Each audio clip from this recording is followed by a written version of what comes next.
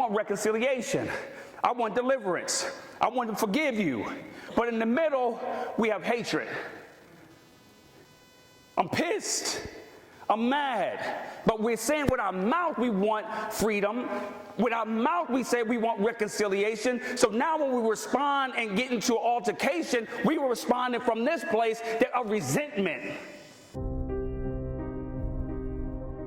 What needs to be in the middle is love. Am I saying it's easy? Absolutely not. But we have to remind ourselves that when we go from a certain position, we ought to start from a place of love. Start from the place of what we want. What do you really, really want? And whatever what you want, that has to be at the center of it. I'll give you an example. You guys know my situation of what I went through with my wife, right? So in the middle, I said forgiveness. I want forgiveness. I want to forgive you. I want us to be healed and restored. But guess what was in the middle? Resentment. Retaliation. I got to get back at you. Somehow, that what was in the middle. So my mouth was saying I want healing. My actions isn't saying that. He was way on the outside.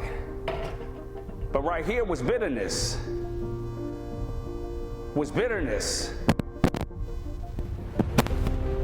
So when we're talking about David and Goliath, your circumstance, what you may be seeing, look like a Goliath in your life. God has another plan and a strategy as it relates to you, and it may not look like the way you thought that it should look.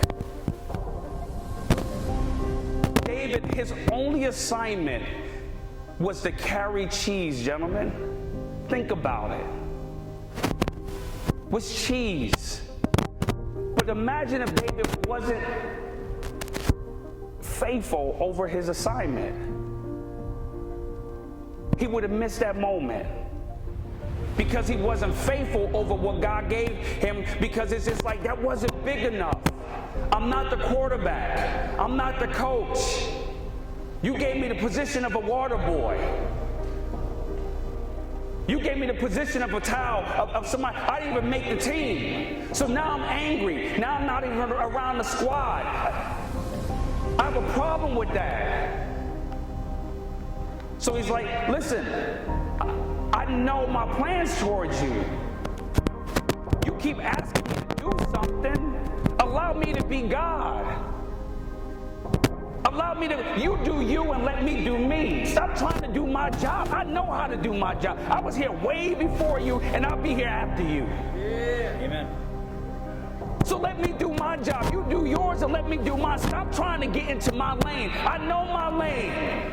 I have many ways to do it. I know how to part the seas. I know how to make you what's not it. I know how to make water into wine. I know how to heal the sick. I know how to open up blinded eyes. I know how to do it all.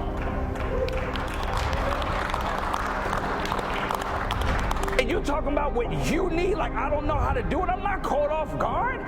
I just have a plan and a strategy, but you don't want to carry the cheese. You're trying to expedite it. You get there too soon. Just think about it. You get some. How many times have God saved your tail? Come on. Like, man, if you were just 1 centimeter off, can destroy everything. Then you like, man, thank God I didn't go. But just imagine if you would have went, it would have changed the trajectory of everything. But it's about being obedient.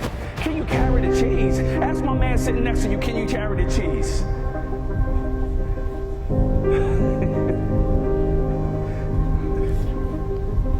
I know it's simple. For real, I know it's simple. I know it's not glamorous.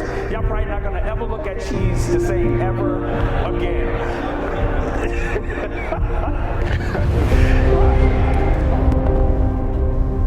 But can you carry the cheese? Right, that's the assignment. Like, what is your assignment?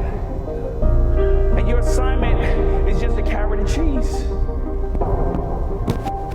And maybe if you're obedient over that, then we go to that next place. But we can't get here without mastering this part. We can't. try to expedite it. We try to expedite it because we don't want to be in the fire. But he's like, listen, I'm pruning you.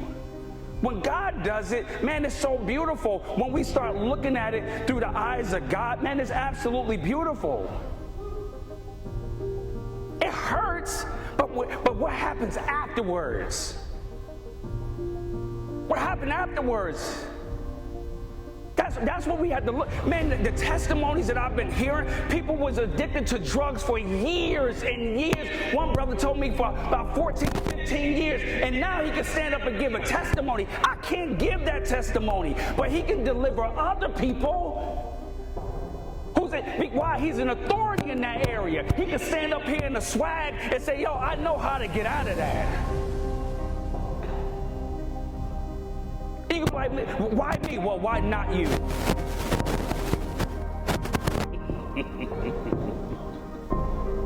Why not you? Oh, you better than us. You better than the rest of us that you shouldn't suffer, huh? We should be the only ones that have to go through.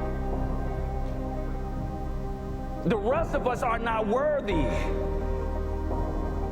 of having a good day consistently, right? No, bruh.